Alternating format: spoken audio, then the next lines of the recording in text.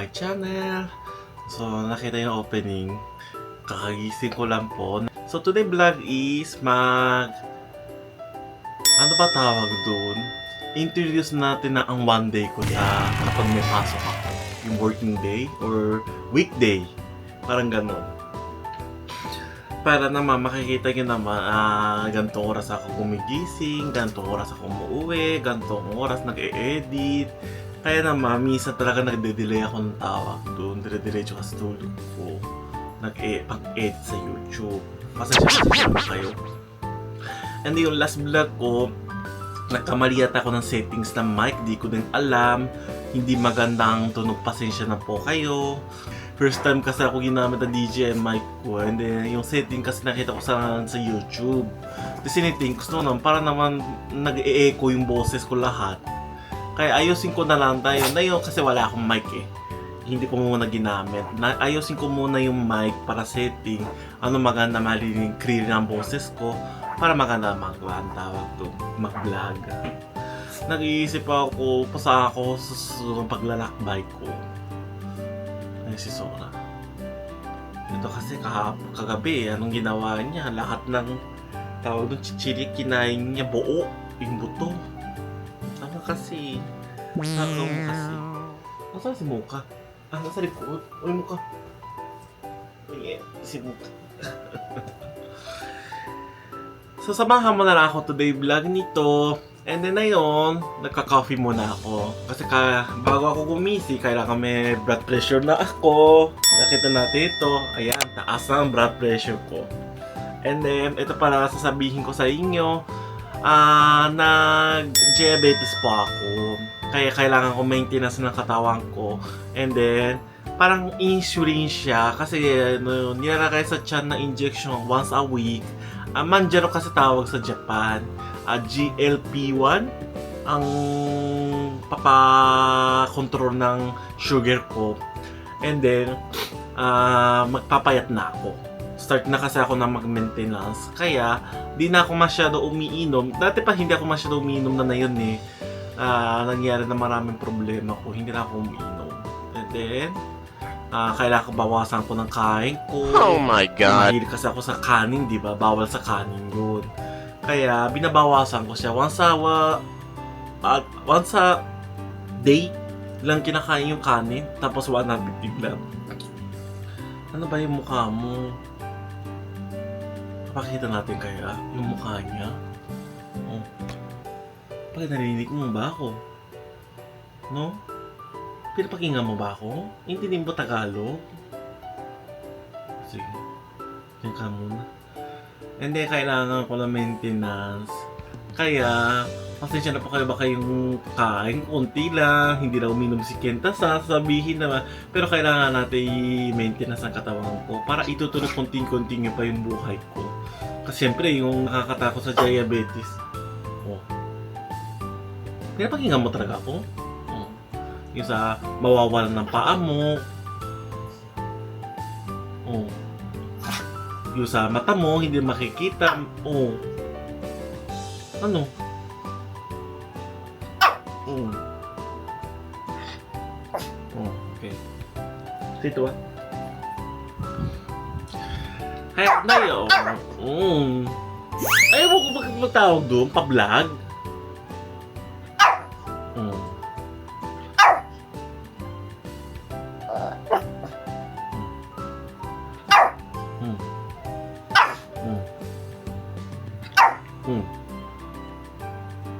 Usay oh. Ay, usay.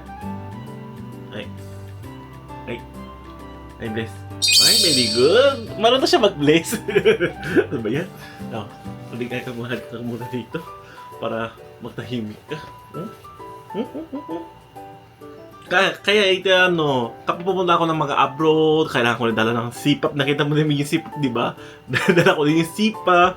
Tapos kapag long day ako pupunta na trip, kunyari, like basta 1 week, kasi once a week, kada Thursday ang injection ko sa tiyan. Ay kailangan ko dalhin ko na yung gamot sa sugar ko. And then, uminom na ako ng tableta ng pampababa ng high blood pressure ko. 32 years old pa lang ako ganito na. Kaya samahan mo na lang ako. Then, supportahan din. Napakisupportahan din ng po. And samahan po kayo na yun na full day ang kentasan. Hanggang uwi ako sa bahay, matutulog ako dito na yung kasi morning, di ba? Kaya samahan mo din ako para malaman din si kentasan na ganito pala buhay sa Japan. Ito kasi si Sora no? Sumisingit. Oh.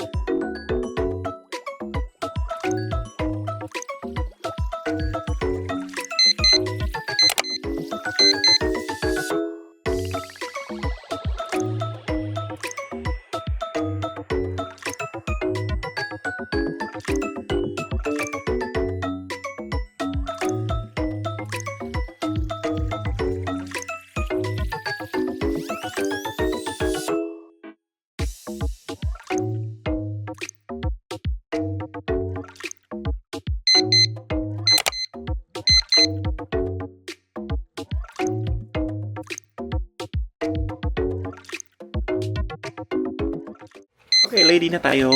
Pumunta sa opisina natin. Bye-bye muna natin si Sora. Bye-bye tayo muna sila, Sora. Hindi ko na nilalagay sa kulungan. Biya mo na sila. Bye-bye mo ka. Itikimasu.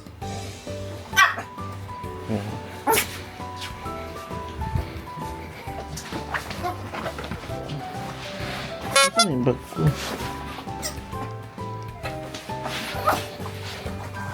Si Sora gusto pumunta.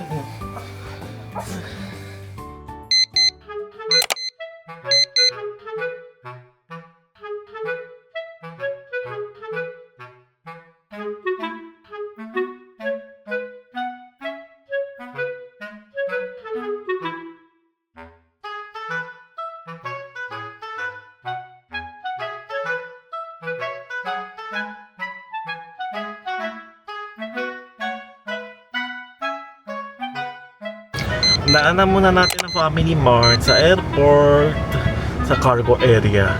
So, bibili na lang ako ng green tea. Nasa parking lot na ako sa employee. Going to the opisina na tayo. See you later. Ingat. Tara ko sa Japan.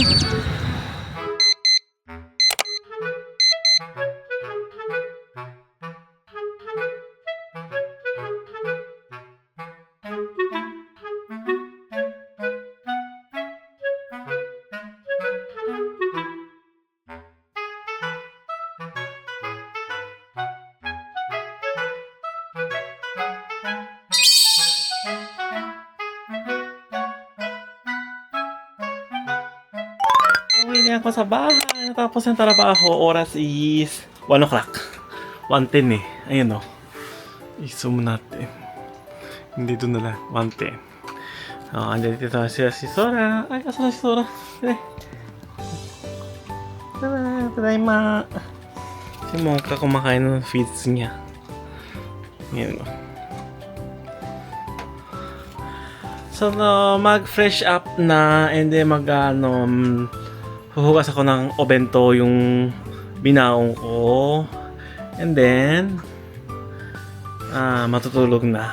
Ay, so, ganito ang life ko na yun sa Japan. Panggabi ako, and then, tawag dun. Minsan nag-edit pa ako na hanggang umaga. Simula na yun. And kahit konti glip lang, papasok na naman ako ulit. Diba? And then, i-check monitor yung mukha ko tsaka yung katawan ko. Magpapayat talaga ako hanggang next year. Magpapogi tayo. Bawal daw yung hindi nakakain, ganun. Kailangan tayo mag-exercise, workout daw, yun eh. So, end natin this vlog nito. Kung nagustuhan niyo aking vlog, paki-like yun naman, subscribe sa channel ko, hit the notification bell para notify kayo bago upload sa channel ko. Please follow my social media account, Facebook, Instagram, TikTok, and the Threads. Maraming salamat sa panonood. See you on my next vlog.